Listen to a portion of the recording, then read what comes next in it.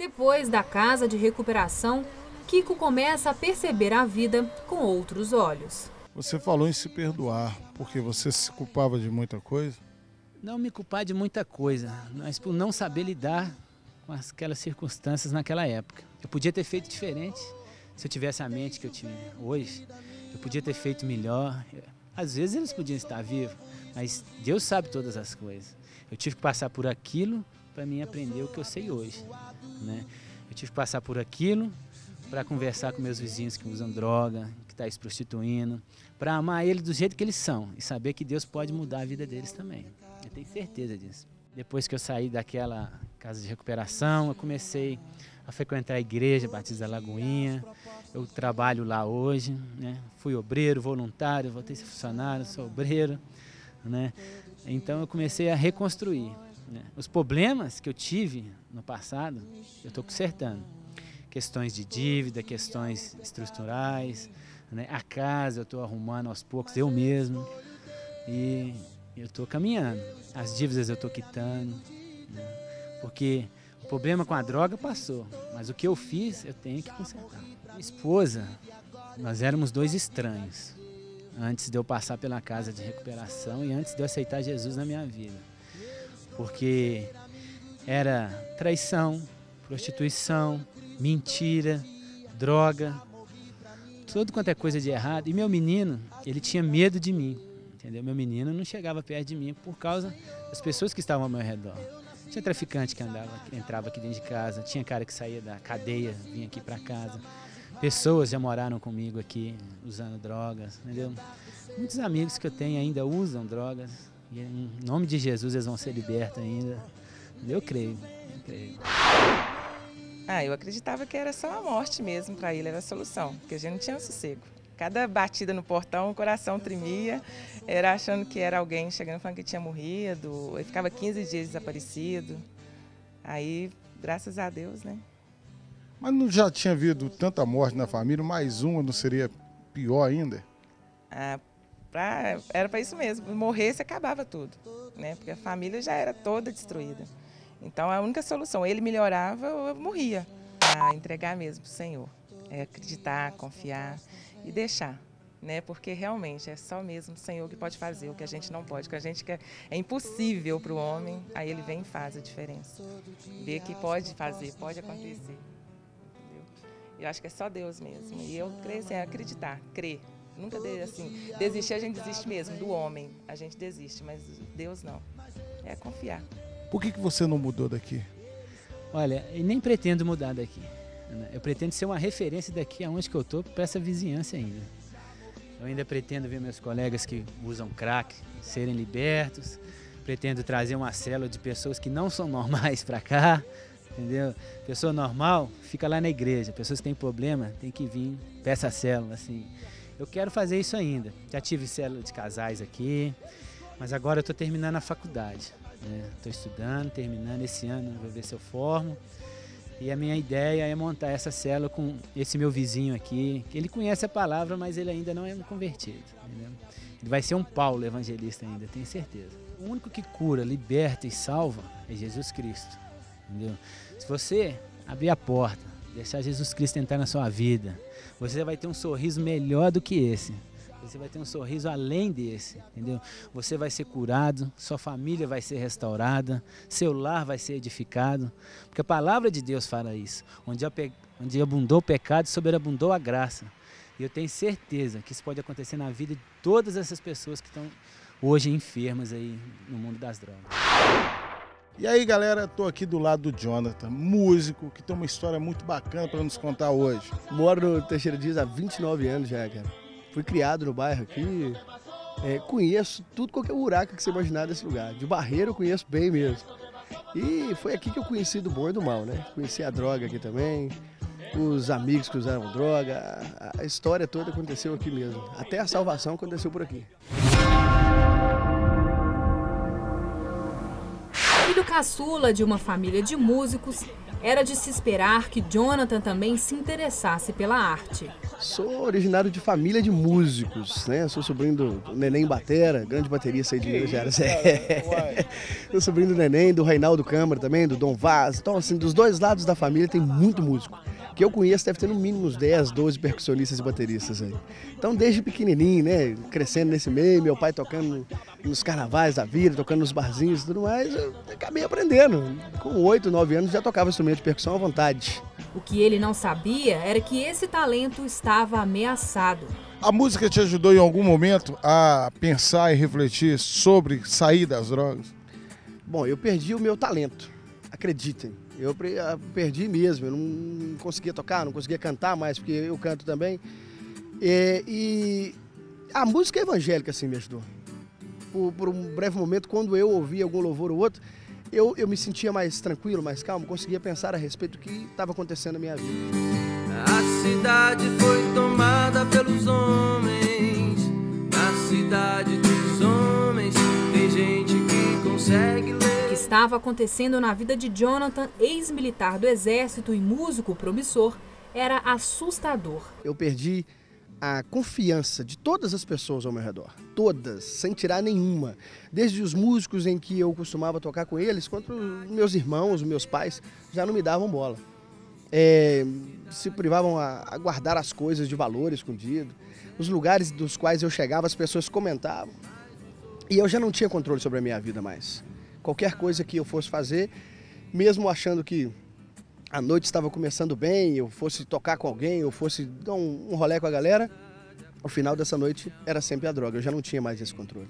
Te faltava oportunidade na música? Porque hoje você é um cara que trabalha dando oportunidade a músicos que precisam de uma oportunidade. Te faltou essa oportunidade? Ah, faltou, sem dúvida. É difícil você adquirir confiança se você não é confiável, né? Faltou completamente. Chegar em lugares e nem a famosa canja, que é você pegar e tocar uma música nesses lugares, a gente não conseguia. E tudo isso era consequência de uma brincadeira. Cara, se eu te contar que eu fui pra droga por curiosidade, é uma coisa das mais incríveis. Eu não fui por causa da minha família, não fui por causa de irmão, de briga, de confusão, não fui por abuso, por nada. Foi mera curiosidade. Eu um dia me interessei em fumar um cigarro. A galera na escola fumava, tomava vinho lá e se dava muito bem com as meninas. Essa é a verdade. E se tornaram populares. Acontece que um dia eu cismei de fumar um cigarro, tomar um vinho e a partir daí um amigo apareceu com um baseado, um cigarro de maconha, a gente experimentou também e aos pouquinhos a gente só foi evoluindo pro mal, é claro, né? Da maconha foi um pulo para conhecer outras drogas. A gente falou da maconha, eu cheguei na cocaína, mas eu parei no crack, a pior droga que existe que eu conheço, né? Eu costumo contar uma historinha que a maconha o índio descobriu porque estava ali plantada. A cocaína foi um médico meio com más intenções, né? Que sabia que era um anestésico, porém curtiu um pouquinho o outro lado. Porém o crack, pra mim, o diabo falou assim, não, essa deixa que eu faço. E é a pior, cara, essa escraviza. Jogando tudo pra fora, a verdade apressa minha hora, vem, revela a vida. Outras drogas. É neste ponto que a situação começa a sair do controle e a vida desaba. Você foi morar na rua também um tempo, você teve um período difícil. Como é que é morar na rua? Assustador, camarada, assustador. Eu fiz isso, na verdade, porque eu estava matando a minha família. Eu estava numa situação que eu já ficava 5 dias, 6 dias fora de casa, 2 dias, 3 dias, e aparecia de madrugada. Dormia até 8, 9 horas da manhã, pegava mais alguma coisa de valor e saía. Então eu praticamente já estava morando na rua com essas saídas.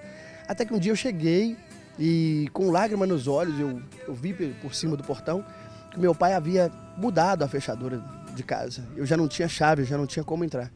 Então, inicialmente eu já te dou a visão de um pai mudando a fechadura, a tranca de casa para o filho não conseguir entrar. Então você já imagina isso, né?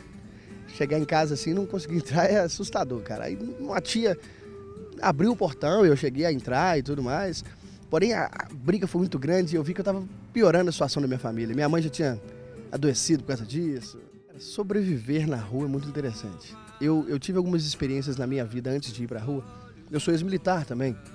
Sim. Então, eu achei assim, não, bom, com essa experiência eu vou sobreviver em qualquer lugar. Mas não é verdade, na rua é completamente diferente. É pior até que a guerra, né? Porque na guerra você está lutando por algo. Na rua você está lutando pela sua vida. E eu vi muita gente na rua lutando, buscando drogas ao invés de comida. Situações constrangedoras. E uma vez eu entrei num aglomerado para buscar droga. Eu estava sem condições, eu estava com uma bermuda que valia uma graninha legal. E no meio da confusão rolou um tiroteio. Eu vi um camarada cair, eu vi o traficante cair. Só que todos esses camaradas estavam atrás de mim. E eu estava num beco que não tinha mais de 1 metro de largura. Foi aí que Deus falou assim, não, você não vai morrer não, meu irmão. É aí que a coisa pegou mesmo. E assim, isso acontece a qualquer momento. Eu vi gente sendo espancado por causa de garrafinha de pinga, cara. De cachaça na rua, por nada. Porque os caras lutam mais pela droga na rua. A maioria das pessoas que estão nas ruas de Belo Horizonte estão pelas drogas. Eu fui pego. A polícia me pegou uma vez aqui. O cara... Tenso, né? Tenso. Cara, só não deu uns tapas porque tinha gente olhando mesmo, mas botou um terror, foi complicado. Agora, eu pensei que eu ia perecer a qualquer momento. Eu não sabia quando eu iria morrer, cara, sinceramente. Passou essa situação grave, né? A droga chega num ponto que ela não deixa a pessoa ter vínculo social nenhum mais, né? Na verdade, aos poucos, as pessoas vão perdendo todos os vínculos. O primeiro vínculo que perde é com o trabalho, depois os amigos e depois esse vínculo com a família, né? Que é o último estágio. Quando ele não consegue, ou seja, mudar, ele fala, eu não dou conta, eu vou largar. Então a gente percebe que a gente não pode abandonar as pessoas, né? Ou seja, demoraram muito para ir atrás desse moço. E no caso dele, ele foi morar na rua, né? Que é uma experiência de vida, assim... Morar na rua é o último estágio, né? Porque as pessoas, na verdade, perdem totalmente o vínculo ou seja, entram em um processo de depressão e ali eles começam a se integrar com aquelas pessoas que estão vivendo na mesma situação. E aí é mais fácil de se agrupar. A família, nesse momento, tem que ir atrás, não pode abandonar nunca, não pode desistir das pessoas, porque apesar de estar adoecido o rapaz, a família também já não sabe o que faz, mas quando junto se chega para poder resolver o problema, dá certo. Quando chega esse momento de incerteza e medo, é hora de procurar ajuda. E o lugar mais seguro sempre é a família. Eu decidi, nesse momento de rua, pedir ajuda porque eu estava morrendo, eu quase me matei, na verdade, intencionalmente. Eu senti vontade de pôr fogo em um lugar, um cômodo do qual eu estava. Deus não deixou. Aí Deus usou uma irmãzinha na rua, no máximo 1,5 metro de altura. Que irmã grande, hein? E ela chegou para mim e falou, mesmo sem saber a minha história, falou, pede perdão para sua mãe, liga para ela, conversa. A sua vida não acabou que não, Jesus tem um propósito na sua vida. E quando ela disse isso, eu liguei para casa e conversei com a minha mãe. E minha mãe, com dificuldade, muita dificuldade, porque ela tinha acabado de sofrer um derrame, chegou a me perguntar, meu filho, olha, você quer voltar para casa, né? Eu falei, mãe, se eu não voltar, eu vou morrer. E nesse dia, minha mãe falou, você só volta para casa se você internar. E eu tinha acabado de ficar desempregado. Eu tinha o famoso fundo de garantia, seguro-desemprego, né? Para receber. E eu usei desse seguro-desemprego para me internar em uma clínica. E lá Jesus me pegou de jeito. Lá ele me transformou em um levita ao invés de músico. E no último bloco, histórias de livramento e de reencontro com Deus. E o anjo que salvou o produtor de multimídia de uma rotina de drogas e violência.